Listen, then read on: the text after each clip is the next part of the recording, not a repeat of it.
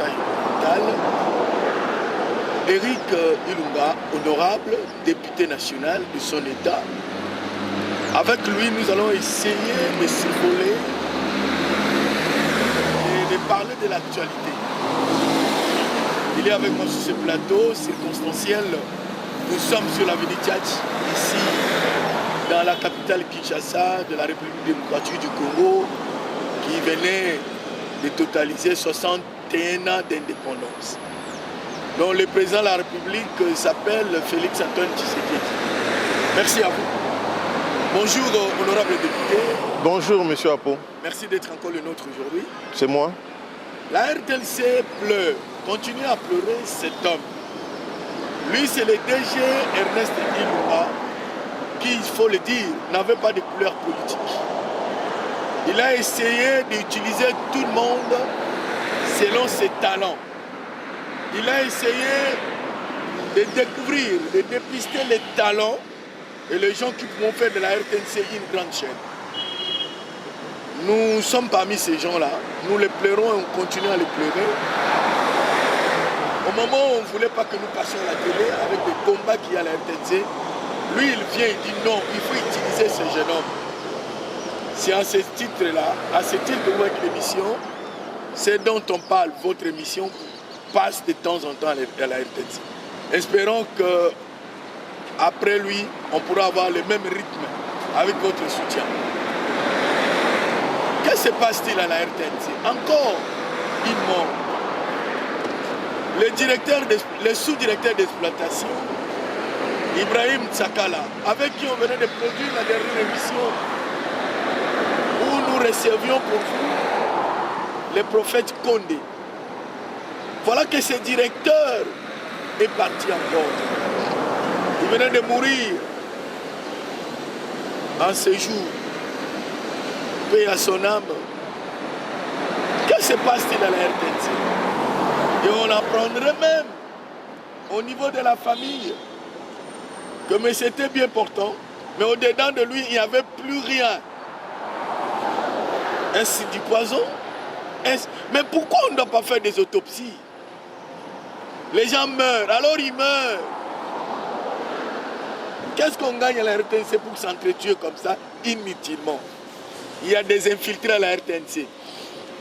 Laissez la RTNC aux agents véritablement de la RTNC. Les gens que vous nous importez là à la RTNC nous créent beaucoup de problèmes. On va venir à une autre émission. Je pleure Tsakala Ibrahim, que vous connaissez, sous-directeur d'exploitation, mon collègue. Je pleure le DG Ernest Kabila, mon papa. Celui-là même qui m'appelait fils. L'émission va passer. Moi, je fais ça à la RTNC, bien que vous m'aimez beaucoup. Mais cet homme a donné des ordres. Parce que ces gens qui ne veulent pas que la RTNC soit une véritable chaîne sont là. Paix à leur âme. Eric, vous avez quand même connu le DG Ernest. Oui. Celui qui au moins, bien qu'étant nommé par le successeur de Fatih. Le prédécesseur, vous voulez dire? Les prédécesseurs, pardon, les prédécesseurs de Fatih. Le sénateur à vie, Joseph Kabila. Voilà que sous le règne de Fatih, il est resté le même. Parce que la RTNC, c'est un instrument de communication du gouvernement. Les gens doivent comprendre ça. Il a servi tout le monde. Il est parti tout de même. Mais on ne dit pas pourquoi il est mort, de quoi est-il mort. Il n'y a pas d'autopsie. Vous entendez ces enfants dire « Papa a souffert de ceci », on les traitait à la maison. Et c'est du poison. Je doute que ce soit la Covid. Ça, je dis non. Parce qu'aujourd'hui, on cherche à camoufler toute mort par la Covid. Non, ça se soigne aussi. Oui. Un petit mot, s'il vous plaît. Oui, merci pour cette question. Je rends hommage au regretté DG, directeur général de la RTNC, M. Kabila, parce qu'il était toujours disposé, depuis mon élection en 2018, c'est une personne que tu pouvais contacter et il était disposé tout le temps, quand vous avez des images à faire passer, quand vous voulez échanger avec lui, il recevait, même s'il a un agenda chargé. Sa mort brusque nous fait mal, hein, et très mal. Je présente mes condoléances à la grande famille RTNC et à sa famille biologique. Parce que, bon, vous venez de dire là que la mort est suspecte. Moi, je crois qu'il faut passer, si elle est suspecte, il faut passer par l'autopsie et attendre les résultats de l'autopsie. Mais sinon, c'est un digne fils de ce pays qui a dirigé la chaîne nationale, la chaîne de l'État, la RTNC, sans couleur politique. En tout cas, lorsque vous aviez des activités ou de votre base, de ma base, ça passait, ou quand vous avez une émission, il était très disposé, paix à son âme, et j'espère qu'on sera clarifié par rapport à ce décès. Oui. Merci. DG, je te pleure et je te pleurerai toujours. Tu es inoubliable. Et je te suis très reconnaissant de ce que tu as fait de cette émission, ce dont on parle. Je pense que le même élan va continuer. Je vais être administrateur. En cas de problème, je passerai sur d'autres chaînes pour dénoncer. Soyez-en sûrs. Soyez-en sûrs. Vous savez, Eric, honorable, à un moment donné, certains improductifs de la RTNC sont allés voir le DG pour qu'il me remplace. Je suis le sous-directeur de production. Je demandais au DG qu'on le mette là, qu'on m'emmène ailleurs. Il a dit, mais qui peut produire mieux qu'Yako? Quel problème avez-vous avec ces jeunes hommes? Apparemment, c'est la figure étendard de la RTNC. Absolument. La queue entre les pattes, ils sont rentrés. Il me l'a dit, il a cité les noms de ces gens. Je ne perds de rien, j'ai fait mon travail. Quittons ces moments trop tristes pour que nous parlions un peu du pays. Oui. C'est une autre tristesse. Exact. Pour moi.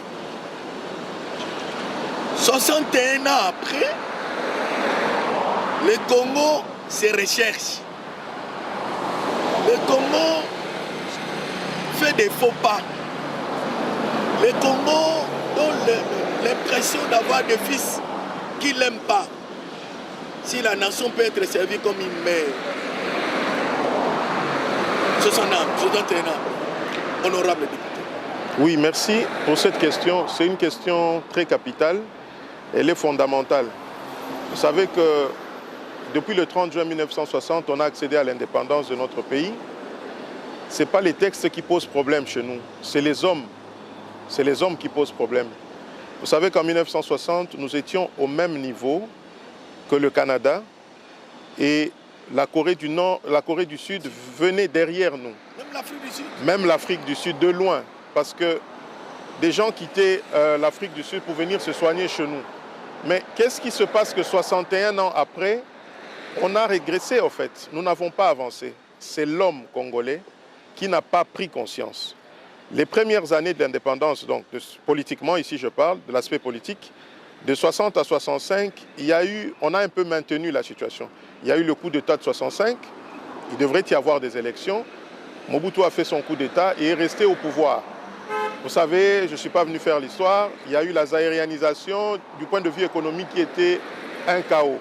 Chacun avait sa vision, chacun a pris l'argent qui appartient à l'État et l'a mis dans sa poche. Et vous connaissez la situation politique, il y a eu la création de l'UDPS qui a pris conscience en fait que nous prenons la mauvaise direction. En fait, c'est ça, ça a commencé par là. Il y a eu ce combat pour la démocratie et l'état de droit qui a éveillé le peuple congolais. Et dans les années 90, Mobutu, qui disait que de son vivant, on n'allait pas parler de plus d'un parti politique, a démocratisé le pays, a fait son discours du 24 avril 1990. On a continué, on tendait vers les élections, économiquement on était toujours par terre. En 97-96, il y a eu l'agression, Laurent Désiré Kabila est arrivé au pouvoir et ça a continué. Ce n'est que depuis 13-14 ans qu'on connaît quand même un cycle électoral plus ou moins normal. Alors qu'est-ce que je veux dire par là? Je veux dire qu'aujourd'hui, nous avons une chance, une bénédiction de la part de l'Éternel, parce qu'il faut en parler, qu'on puisse avoir un chef d'État, n'est-ce pas, qui promet les choses et on voit ces choses se réaliser. Aujourd'hui, la Constitution prévoyait déjà la gratuité de l'enseignement primaire. C'est chose faite aujourd'hui.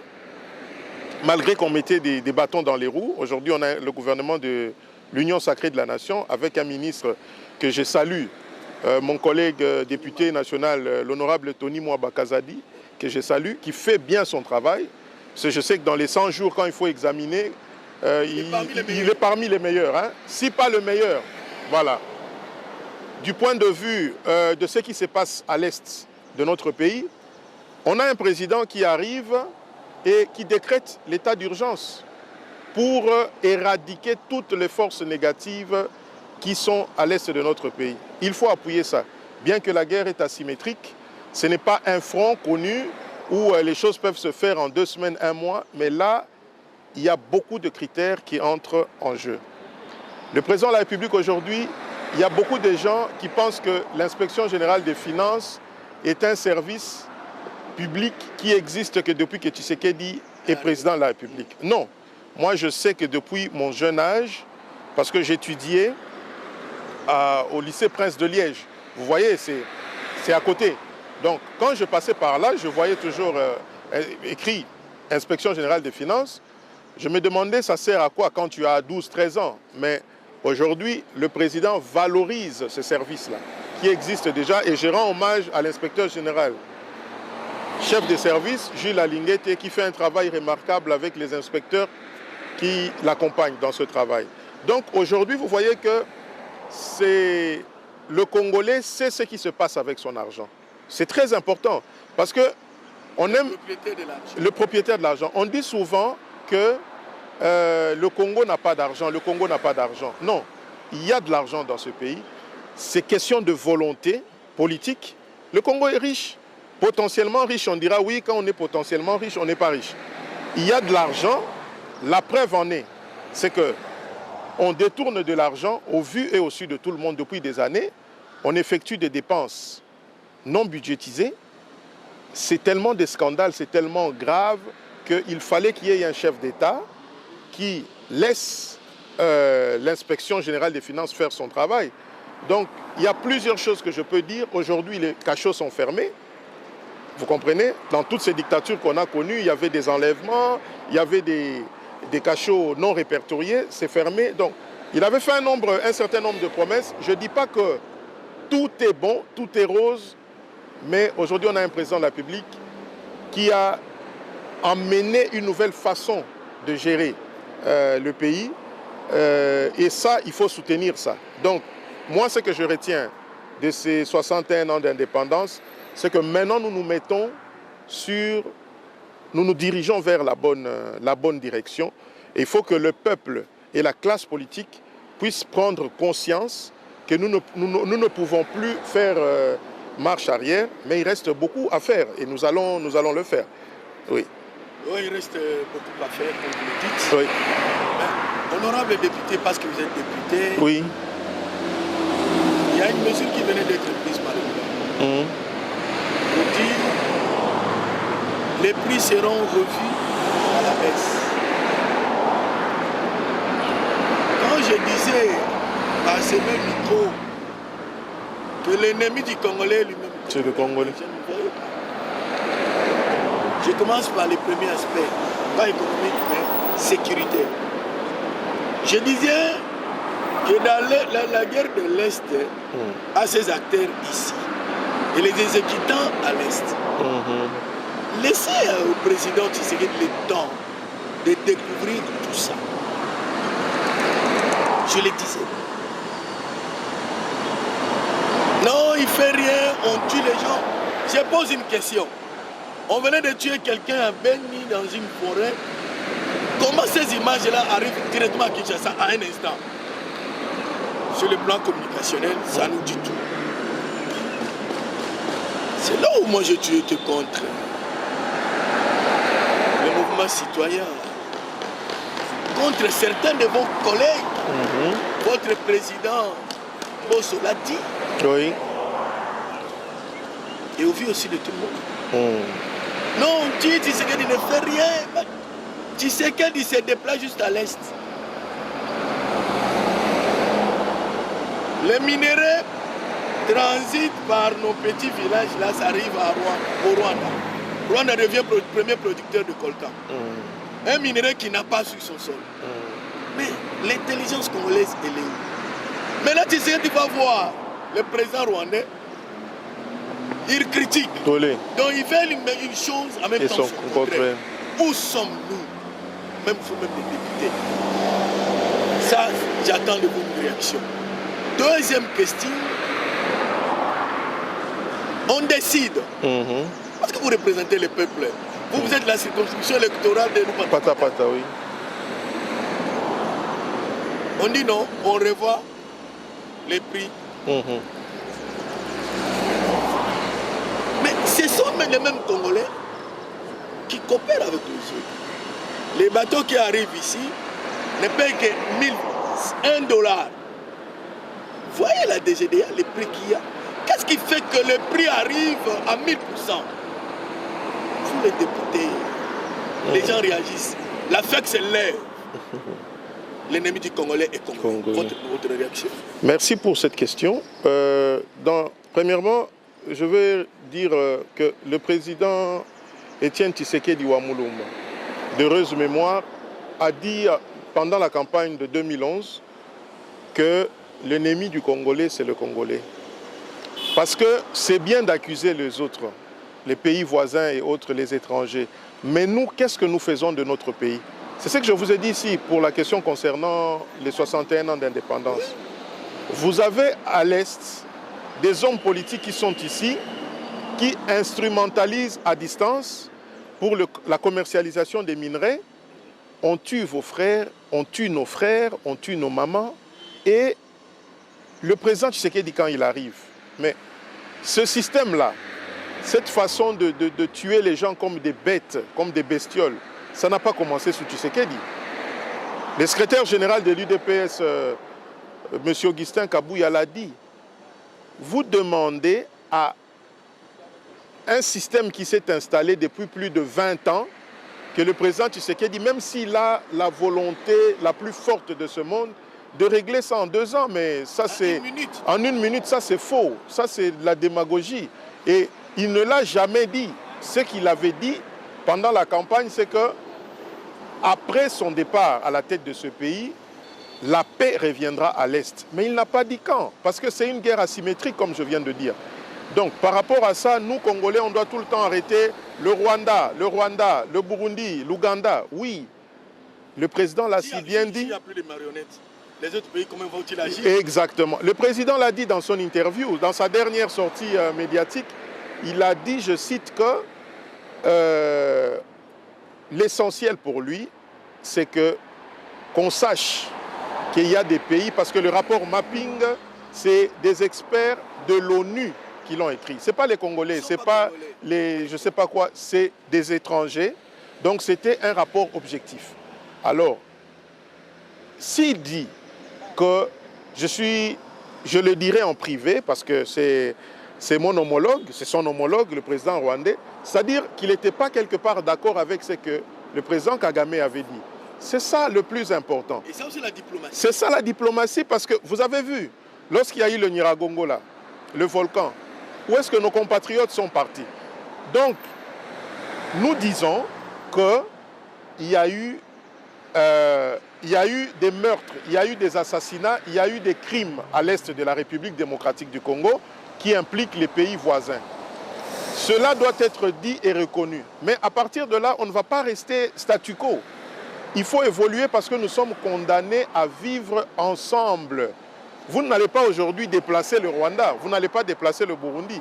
Donc, soutenons la politique, la diplomatie, la façon de voir du président de la République. Soutenons ça pour attendons le résultat pour qu'enfin, la paix revienne, non seulement à l'est de la République démocratique du Congo, mais sur toute l'étendue du territoire national. Vous vous rendez compte aujourd'hui, si on doit voir les problèmes avec le Rwanda, le Burundi, l'Ouganda, l'Angola, la Centrafrique, la Zambie, tous les 9 pays, mais on va vivre comment? Donc c'est ça. Et deuxièmement, vous m'avez parlé de l'économie, des prix. Je voudrais quand même m'adresser, je suis le dossier, à la FEC. à la Fédération des entreprises du Congo, le régime a changé. Hein. C'est important qu'on parle de ces choses et que l'opinion puisse savoir, nationale et internationale. Le régime a changé. N'oubliez pas que l'UDPS est un parti socialiste, en fait. Nous, on est là pour le peuple. C'est pour ça qu'on dit le peuple d'abord. Vous ne pouvez pas venir faire vos millions de dollars sous le dos, derrière le dos, excusez-moi, du peuple congolais. On a un président qui est socialiste aujourd'hui. Il fait la part des choses pour l'économie, pour la population, le social. Donc, vous ne pouvez pas monter au créneau à chaque fois. S'il y avait des affairistes à la tête de ce pays, il y a quelques années, il y a 2 ans, ils doivent comprendre, le président l'a dit à Kolwezi, que ce soit les miniers qui sont aussi membres de la FEC, que ce soit les opérateurs économiques qui opèrent dans d'autres secteurs, le pouvoir a changé et il faut que ça change dans le mental.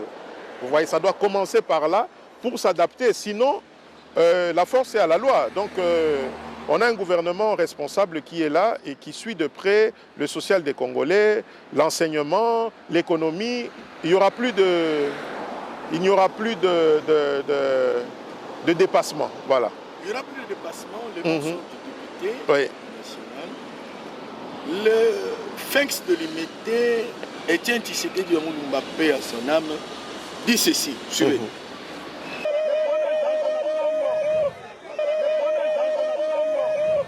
Mboka ekofi pona moyibi. Mboka ekofi pona moyibi.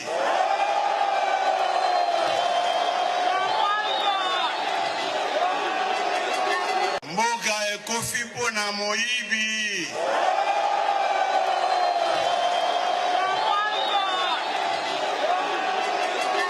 Mboka ekofi pona moyibi.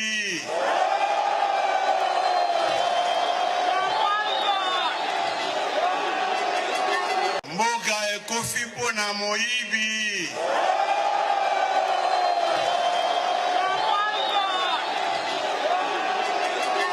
Voilà.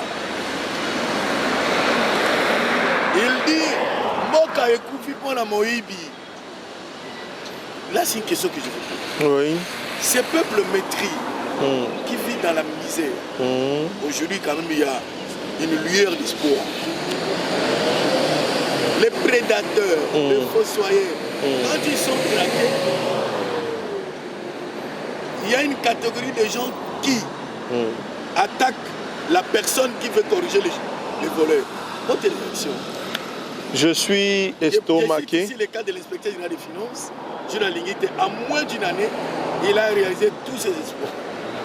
À qui je rends hommage, à l'inspecteur général des finances, chef de service et toute son équipe là. Ouais.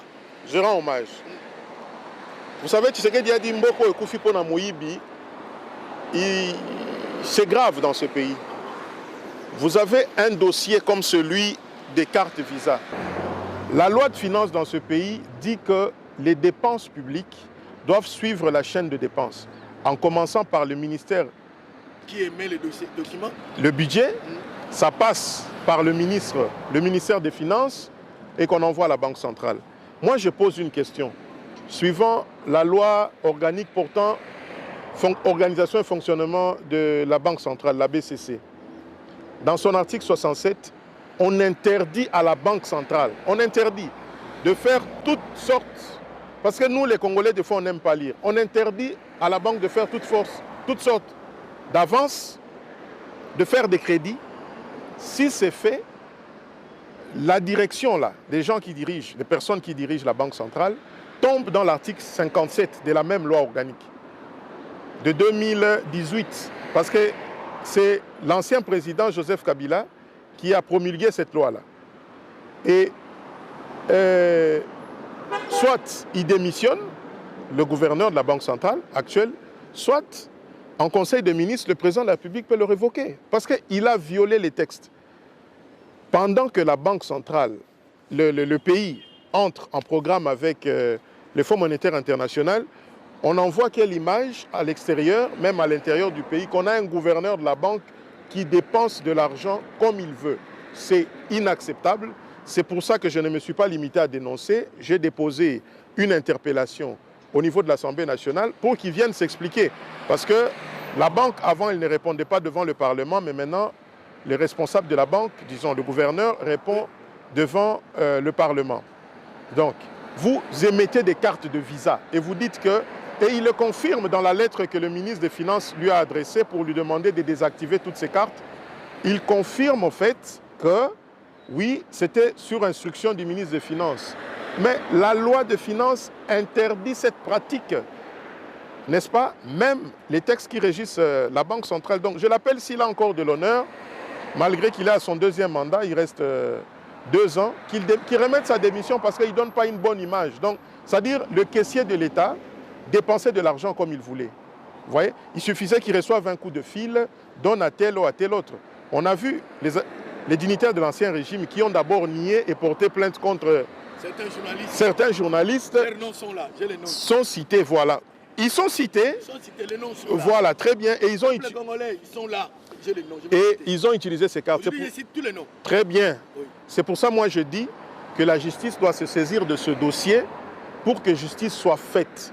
Parce que les fonds, le denier public n'appartient pas à un groupe de personnes qui ont dirigé le pays pendant 18 ans. Donc je crois que les scandales ne font que tomber et c'est inacceptable. Voilà. Voilà.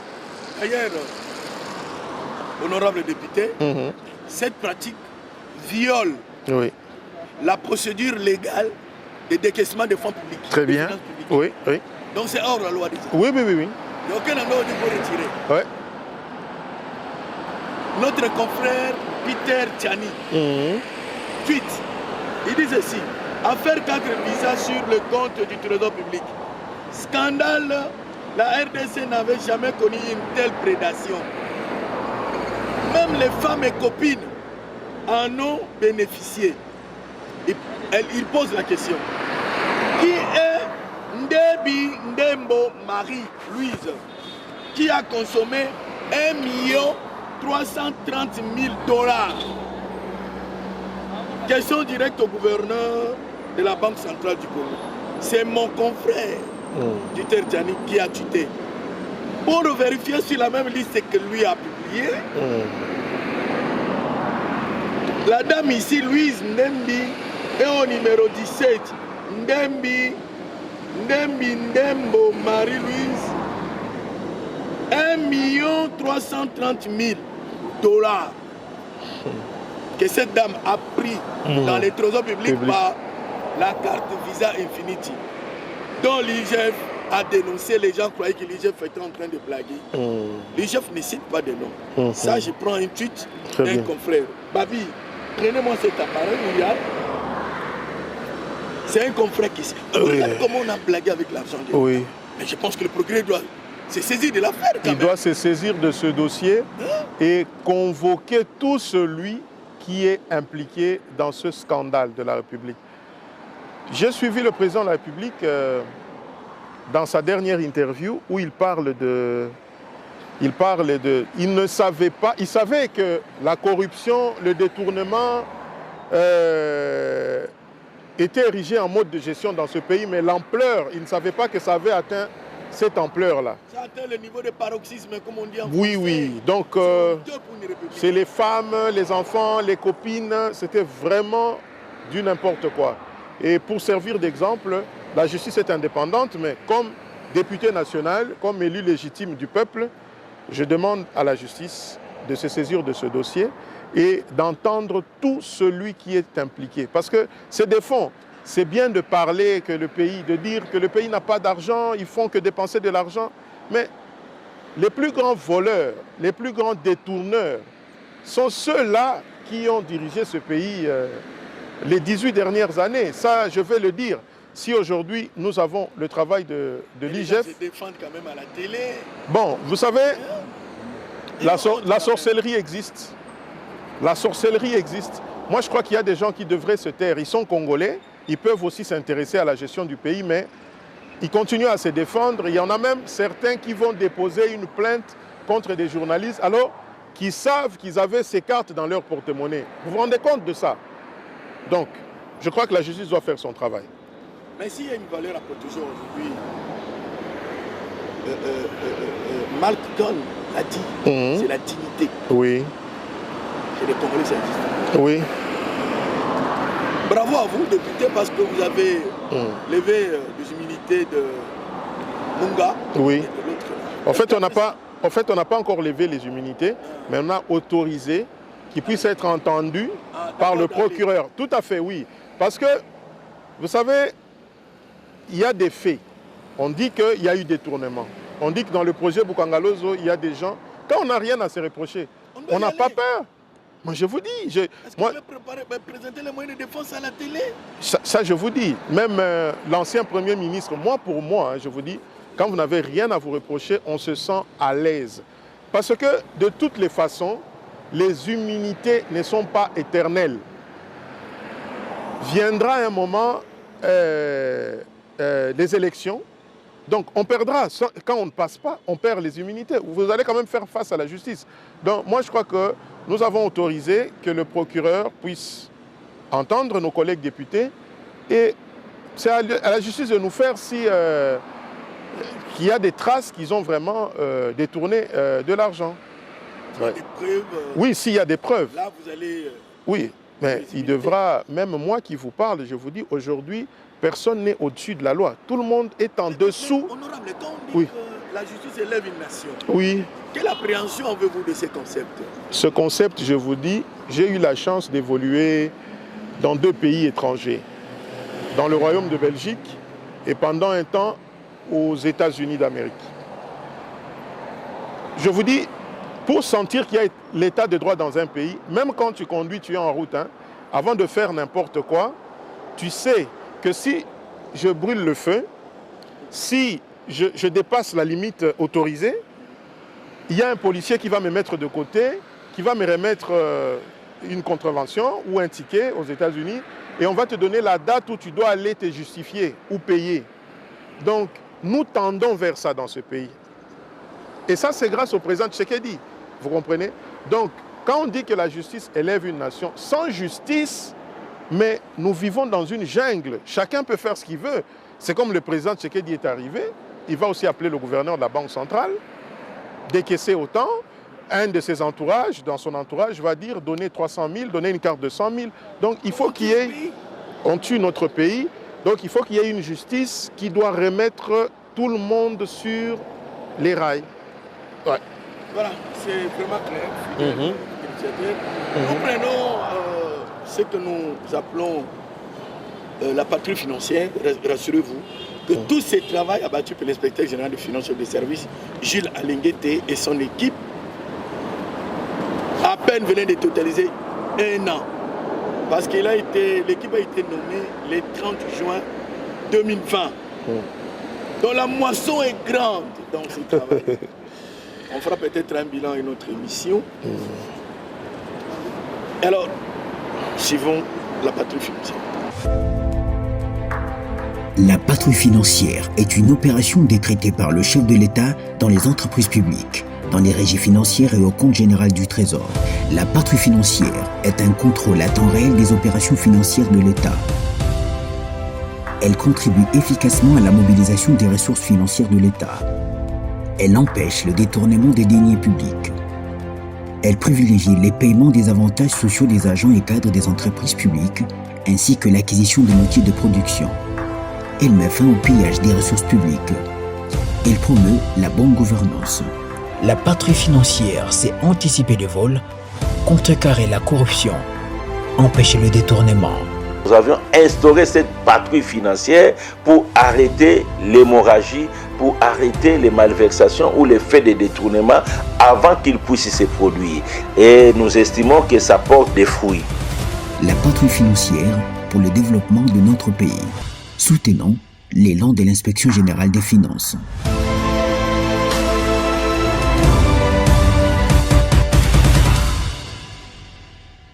Ce sont des messages de sensibilisation, de prévention, de conscientisation pour que nous changions. On n'attaque personne. Les gens disent que le président Tshisekedi instrumentalise l'IGF. Votre réaction? C'est faux. C'est quand on a quelque chose à se reprocher qu'on dit ça. Moi, vous avez géré? Par exemple, si j'occupe une fonction où j'ai la signature pour décaisser de l'argent, ou un ministère de dépenses ou de recettes, mais je ne vais pas, moi, m'agiter quand l'IGF vient. Bien au contraire, ils vont nous accompagner à améliorer notre travail. Donc, tous ceux qui disent ça savent ce qu'ils ont fait de ce pays. C'est ça que moi je peux vous dire. Très bien. Tout simplement. Ils savent ce qu'ils ont fait de ce pays. Vous les députés, on vous a élu pour faire des lois là-bas. Oui. Contrôler le gouvernement. Oui. Vous cherchez encore à devenir des ministres, des PDG. En gérant, vous volez et vous recourez encore vous cacher là-bas par les humilités. Pourquoi vous ne voulez pas rester là-bas au palais du peuple, au Parlement? Moi, on m'a élu pour légiférer, pour contrôler le gouvernement, pour proposer des lois à l'Assemblée. Je me sens mieux dans cette peau, à moins que mon parti, mon regroupement politique ou le président de la République en décide autrement. Ça ne dépend plus de moi. Mais moi, à ce stade où je vous parle, je n'ai jamais demandé à être ministre dans le gouvernement. Je suis bien dans ma peau de député national. Il faut que quelque chose soit clair dans la tête de nos compatriotes, même de la classe politique. Lorsqu'on veut se faire de l'argent, c'est normal. Il y a des riches partout, il y a la classe moyenne et il y a la classe un peu en bas. C'est avec les affaires. Hein. C'est dans les affaires. Exactement. Exactement. Non. Le président de la République a dit au début de son mandat qu'il souhaiterait créer des millionnaires congolais. Voilà. Allez, dans l'entrepreneuriat, il faut saisir l'opportunité. Même quand tu es dans la politique, tu fais tes affaires privées. La loi ne l'interdit pas, ce n'est pas interdit. Mais au moins, tu le fais d'une manière logique, d'une manière claire.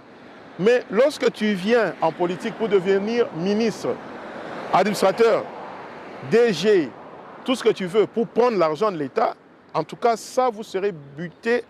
Le peuple va se lever. Si la justice tarde, le peuple se lèvera. On ne peut pas faire ça. Vous avez dans des pays comme l'Afrique du Sud, vous avez des pays comme les États-Unis d'Amérique. Ces pays ont été dirigés par des hommes d'affaires, par des entrepreneurs.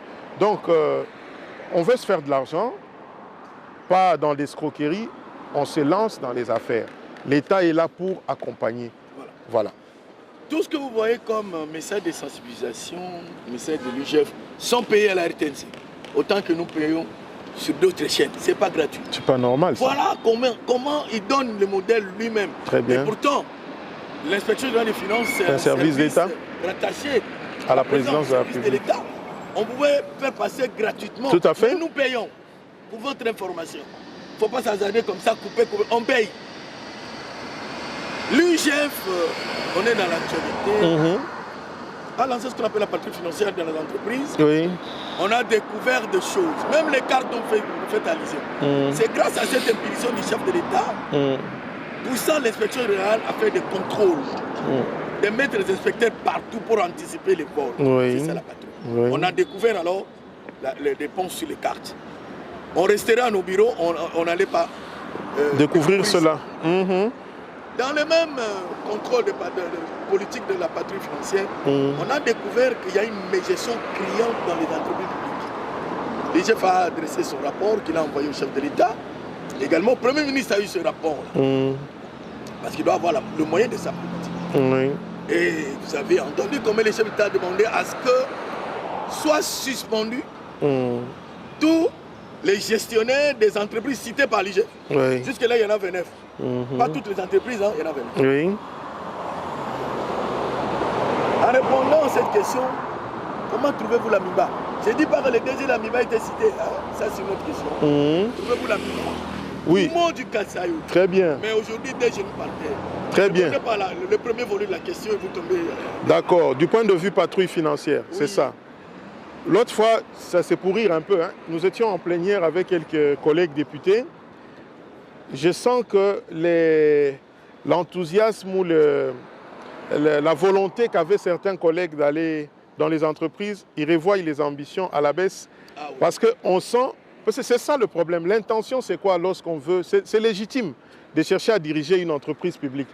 Mais les gens y vont pour aller voler. S'enrichir. Mais pour aller s'enrichir, mais nous sommes quel peuple en fait? Moi, je me pose cette question.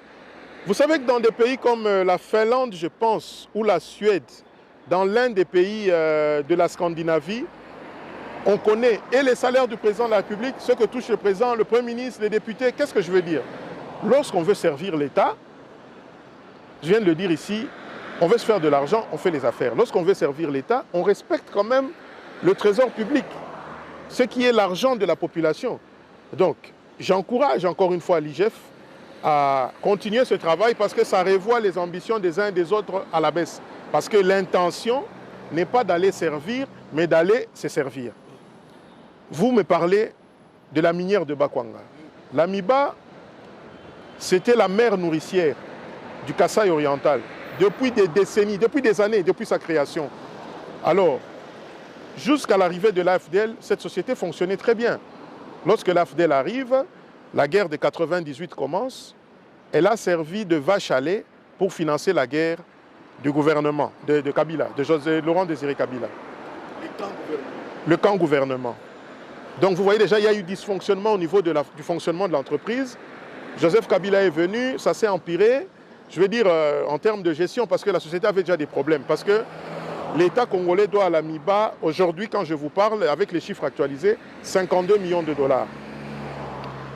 C'est possible. On nous a, de 300 millions. oui, on nous a, tout à fait. On nous a fait croire que c'était impossible de relever la MIBA pendant le règne du prédécesseur du président Tshisekedi, le sénateur Joseph Kabila.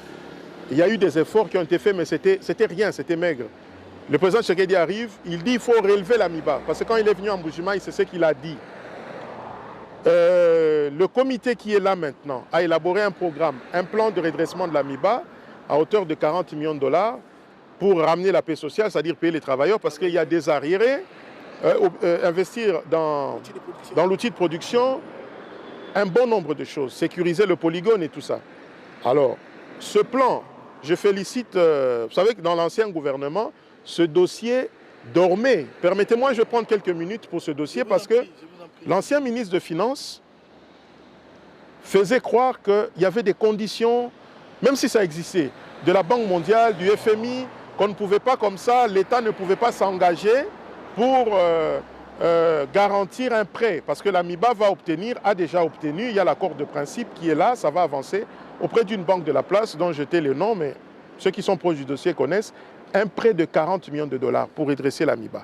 Je sais que la MIBA demande 200 à 300 millions de dollars, mais il faut commencer quelque part. Parce qu'il y a plus de 2000 travailleurs qui dépendent de cette société, donc on ne peut pas leur dire poser des préalables en préalable avant sa relance. Il y a des familles qui vivent derrière ça. Alors, les 40 millions, l'ancien ministre, pourquoi il ne parlait pas des cartes prépayées? L'ancien ministre, pourquoi il ne disait pas que c'est interdit? Oui, les cartes Visa, pourquoi il ne disait pas ça? Vous voyez? Mais aujourd'hui, je rends hommage. La vérité est têtue. Oui, la vérité est très têtue. Vous pouvez mentir, mais l'allié de la vérité, c'est le temps. Vous voyez, on connaît maintenant que, en fait, le mode de gestion du FCC pendant des années, c'était le détournement. Vous voyez. Alors, je reviens à la MIBA. Les 40 millions vont être décaissés. Je rends hommage au ministre Nicolas Kazadi, pas parce qu'on est de la même famille politique, non, c'est parce qu'il vient. Oui, on parle de l'homme. J'ai parlé de l'homme au début ici. Pourquoi notre pays se trouve ici, là où nous sommes. Donc, je le rends hommage parce qu'il a accéléré ce dossier. C'est un financier, il connaît le monde de très haut niveau. Oui, exactement. Donc, il pouvait aussi venir dire, voilà, le FMI, la Banque mondiale, non. Il a demandé au gouvernement en urgence de décaisser 1 million de dollars sur la créance de la MIBA pour payer les travailleurs, pour qu'il y ait la paix. Ici, je vous dis, je ne suis pas l'avocat de l'actuel comité de gestion. Mais il faut savoir féliciter et encourager ceux qui font quelque chose. C'est important. C'est comme ça que le pays avancera aussi. Par rapport à ça, à la MIBA, l'agent commençait à toucher 40 dollars le mois. Et avec retard. Mais maintenant, avec ce comité-là, il touche 250, le plus bas. 250 dollars. Ça l'aide à payer sa maison. Ça l'aide à payer la nourriture, parce que l'école, c'est gratuit maintenant, l'école du moins primaire. Donc, avec les 40 millions qui vont arriver, on va investir dans l'outil de production, on va payer les pensionnés, l'AMIBA a beaucoup de pensionnés, et ça va permettre donc à cette société d'augmenter le nombre d'employés. Parce qu'ils sont à 2000, ils tournent autour de 2300 maintenant, ça peut doubler. Vous voyez que ça va réduire le chômage. Et n'oubliez pas que la SACIM, la société qui exploite le diamant à Chiboué, dans les territoires de Miabi, exploite une mine qui appartient à l'AMIBA. En fait, avec l'ancien régime, les dirigeants de l'AMIBA ont laissé faire. C'est-à-dire, ils ont pris, j'ai rien contre nos partenaires chinois, mais le président leur a dit la vérité à Kolwezi, qu'il faut tout révisiter. Exact. Il faut révisiter pour que nos peuples... Nous, on ne peut pas rester qu'avec... Exact. On ne peut pas rester qu'avec des érosions chez nous. C'est inadmissible. Dieu nous donne des minerais et on ne sait pas quoi en faire. Les autres profitent de ça.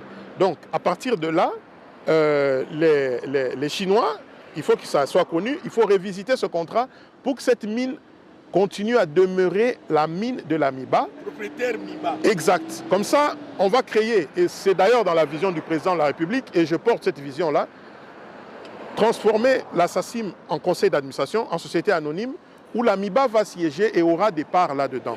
Vous comprenez? Comme ça, avec cet argent, allez, disons aujourd'hui la SACIM, parce qu'il faut que le peuple connaisse, hein, produit presque 1 million de carats par mois. Presque 1 million de carats. Voilà.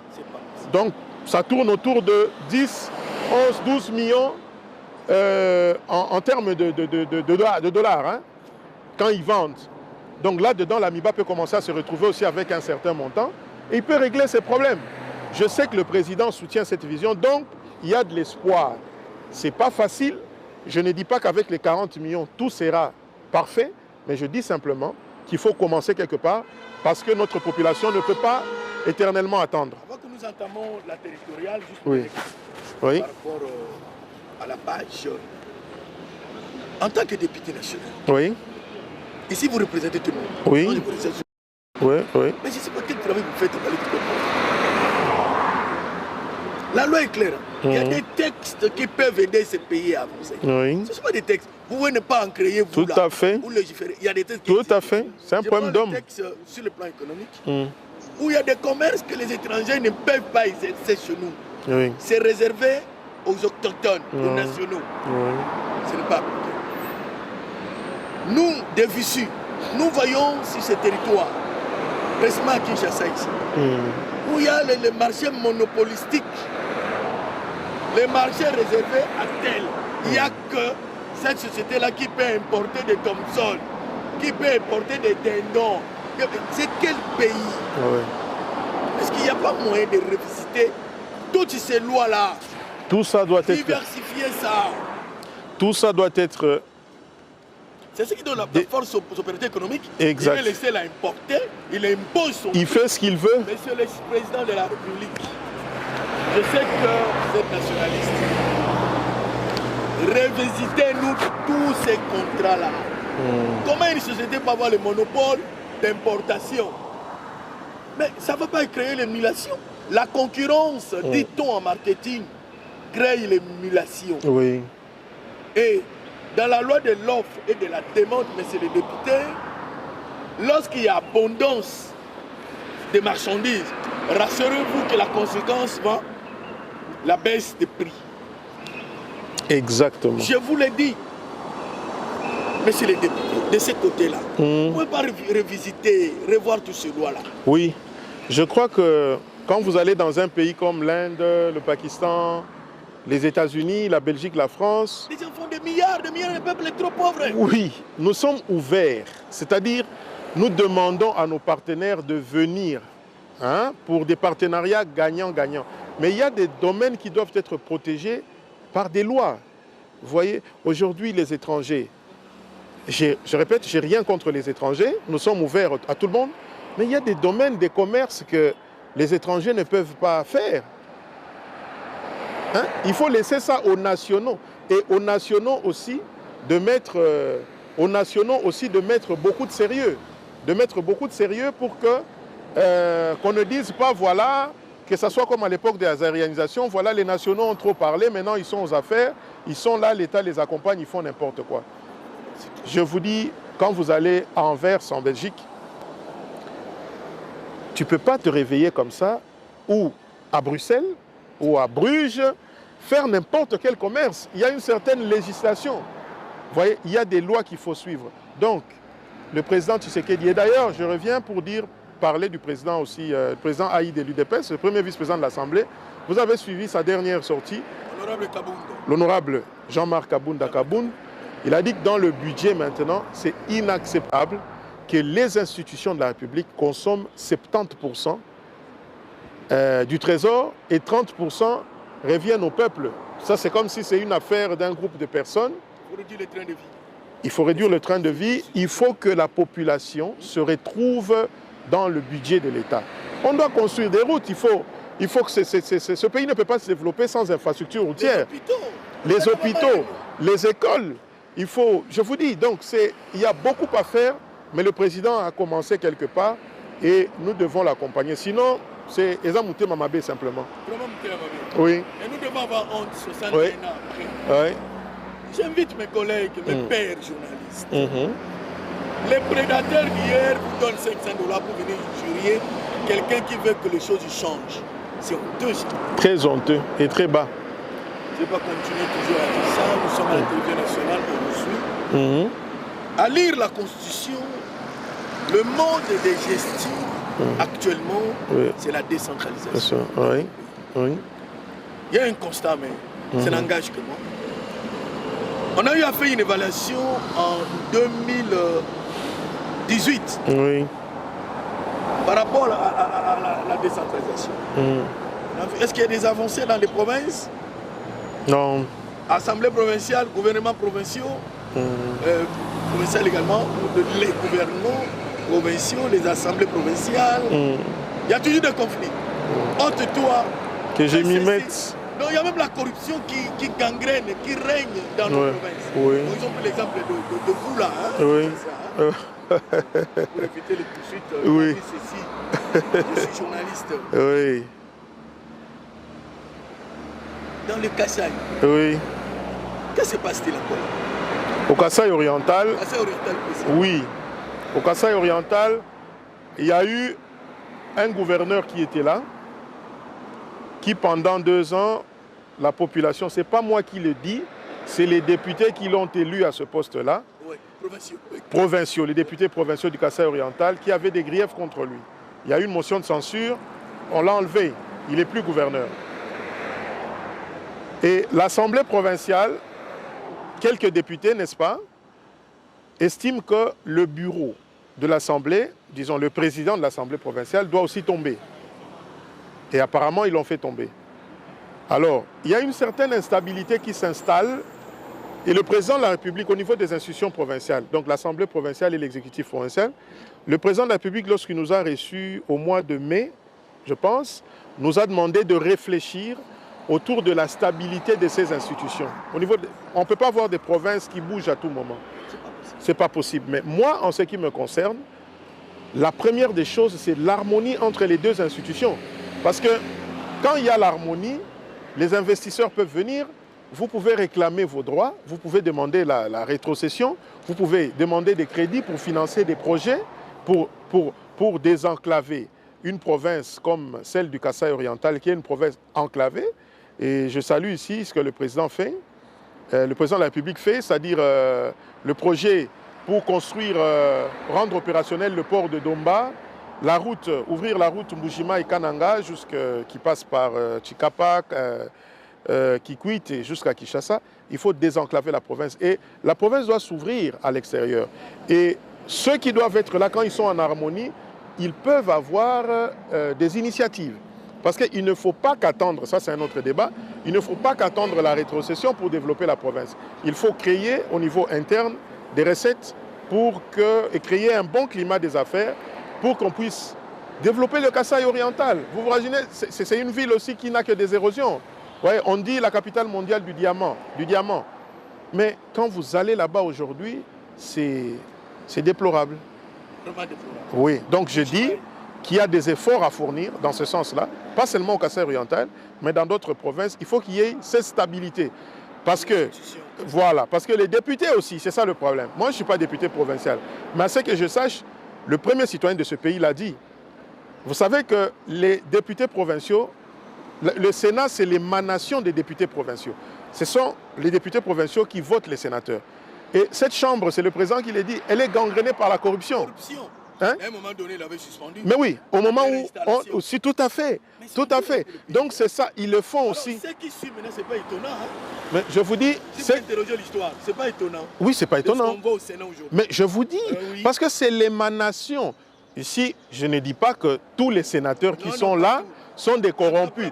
Ce n'est pas ce que j'ai dit, mais la plupart. Je vais vous parler ici d'un sénateur que je connais, parce qu'il a été élu député provincial et c'est mon père biologique, le sénateur Ogi Ilunga Sivouila. C'est un exemple que je dis, parce que c'est un exemple palpable que je connais. Il a été élu sans corrompre, sans la corruption. Oui, d'ailleurs, il y avait 5 députés, il a eu 3 voix, il s'est voté lui-même et 2 autres. Et avec l'âge, il est passé. Donc, 2 autres ne l'ont pas voté, je ne sais pas, je ne connais pas les noms. Donc c'est pour vous dire que je ne parle pas de tout le monde. Qu'on n'aille pas dire, ah, voilà, ce député-là, il vient. Voilà, il y a des exceptions. Donc c'est ça qu'il y a. Les députés provinciaux jugent, donc ils monnaient aussi. Ils font du chantage au niveau des gouverneurs de province, même quand ils font des efforts. Attention, ici, quand le gouverneur ne fournit aucun effort, c'est normal qu'il soit sanctionné. Mais je dis, ceux-là d'autres provinces qui font des efforts, on fait du chantage comme ça. Et ça, il faut trouver un mécanisme au niveau de l'Assemblée nationale pour changer la Constitution, changer la loi pour le mode d'élection de gouverneurs. Oui, soit ils ne soient pas trop dépendants des députés, non. L'Assemblée peut rester, ça c'est moi, hein. L'Assemblée provinciale peut demeurer juste pour contrôler. Mais il faut les enlever ce pouvoir-là de démettre, d'élire, voilà, tout à fait. Ils peuvent, et ils exagèrent, oui, ils exagèrent. Ce que je souhaite, je profite de le dire, je crois que j'aurai l'occasion d'en parler, c'est peut-être que la population élise les gouverneurs de province. Par exemple. Et les sénateurs. Par exemple. D'accord, parce que je sais qu'il y a certains leaders qui pensent qu'il faut supprimer le Sénat, mais il ne suffit pas seulement de supprimer pour supprimer. Il faut que ceux qui vont partir au Sénat ne dépendent pas ou ne soient pas le produit de la corruption, le fruit de la corruption. Donc, je crois que c'est ça. Oui, c'est très honteux. La population entend une chose, on vous donne le contraire. Voilà. Comme on rentrait à l'époque de Mobutu. Mais c'est ça. C'est ça. Quelqu'un vient comme ça à la télé, le président de la République a décidé. Il y a des papas qui tombaient malades. Ouais. Je me rappelle encore de mon père. Oui. Acha, excusez-moi de le citer aujourd'hui, paix à son âme, qui était gayeuse. À l'époque de Mobutu avait ces lunettes-là. Oui. Quand il venait annoncer les ordonnances, mon papa tombait toujours malade. C'est vrai. Oui, il dit, mais il était de l'UDPS, il a travaillé avec moi. Ok. Hein, le professeur Iqbal. C'est un grand professeur Alphani. Très bien. Il tombait toujours malade. Très bien. Il dit, mais qu'est-ce qu'il vient encore dire? Et sa maladie qui va. Waouh. Il faut nous épargner de ça. Waouh. Nous sommes une autre génération. Oui. Vous, les députés, les parlements congolais. Oui, oui. Faites honneur à ces peuples qui réellement vous a élus. Oui. Je profite pour vous dire qu'il y a des députés qui font leur travail. Hein. Vous savez, il y a l'honorable qui est ministre aujourd'hui, je venais de le citer, l'honorable Tony Mwaba. Oui. Il a fait... Oui, il y a l'honorable Puela, nous ne sommes pas les seuls. Il y a l'honorable Tony, par exemple, qui avait fait du combat de la gratuité de l'enseignement son cheval de bataille. Okay. Voilà. Donc voilà, c'est ça. Tony, on doit le féliciter, je dois le faire. Je suis moi-même du secteur de l'éducation nationale. Et il y a même le journal de l'éducation, votre journal de l'éducation, qui désormais produit cette émission. Cette émission, c'est le journal de l'éducation qui l'a produit. Tony a augmenté l'argent. Pas parce que l'État lui a donné, non. Avec les moyens qu'il a trouvé là.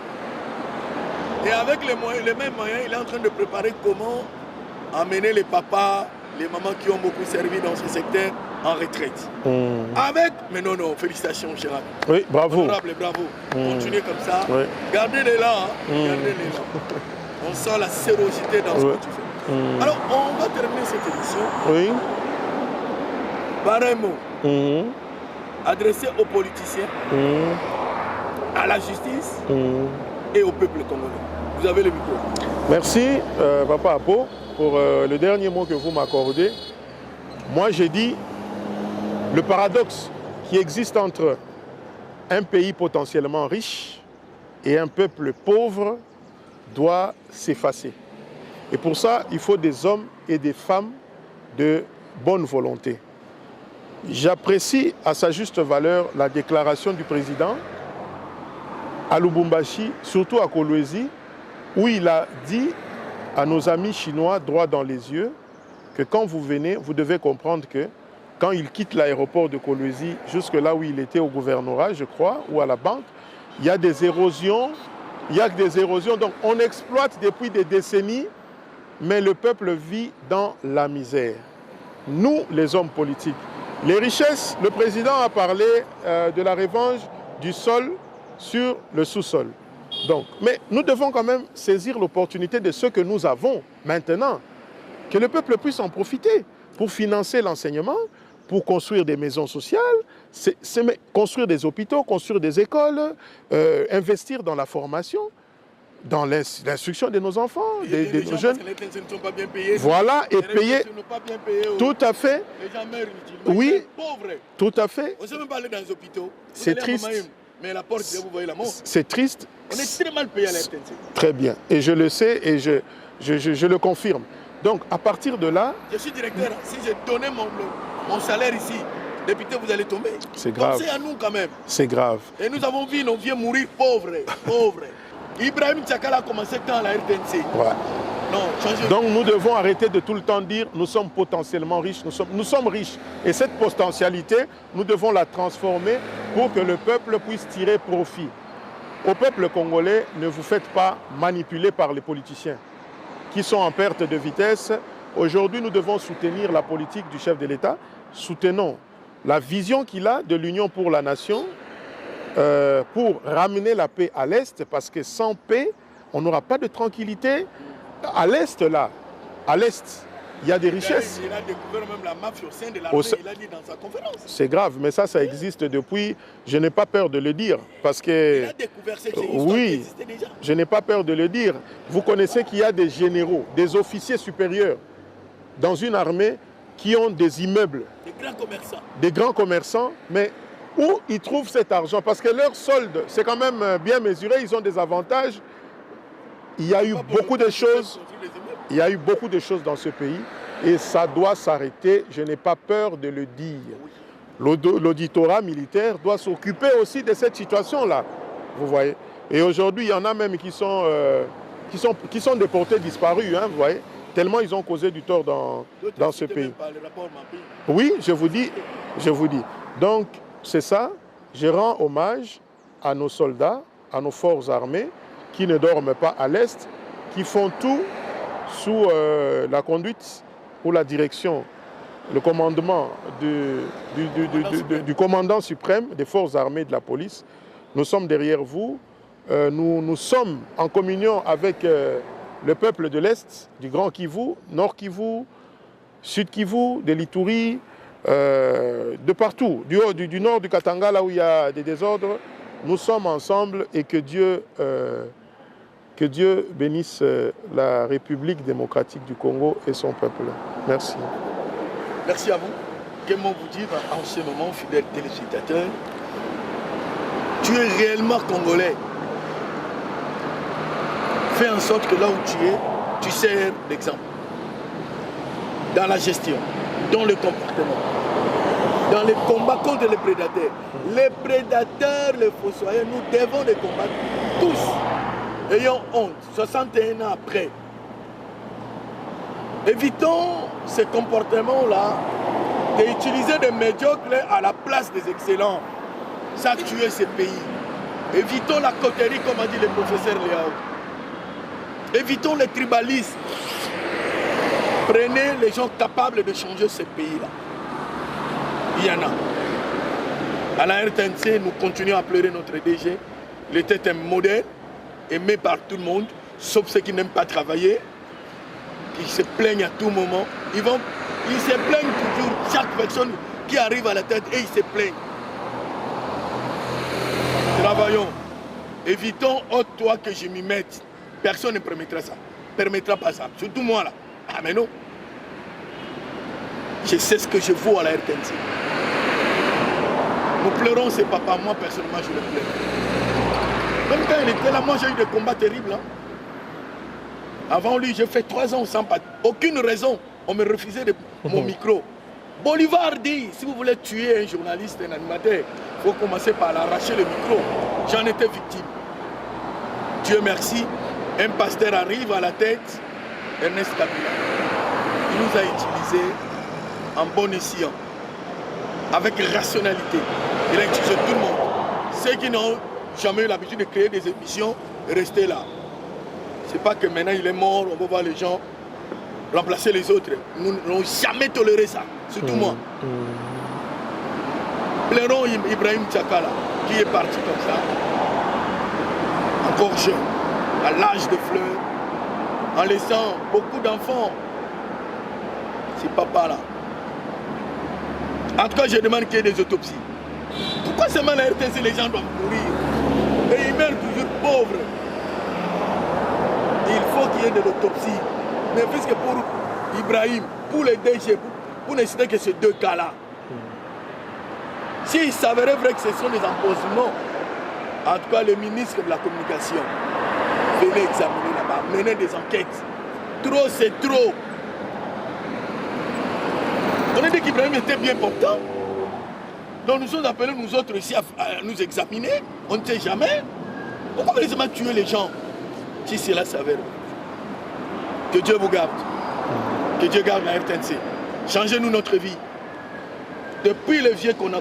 Il y a un jour, un monsieur allait mourir à la RTNC parce qu'il manquait 50 $. J'ai eu moi à faire sortir mes 50 $. Difficilement trouvé. S'il vous plaît, aidez-nous. Je dis que ça me déplaira en direct. Que Dieu bénisse le Congo.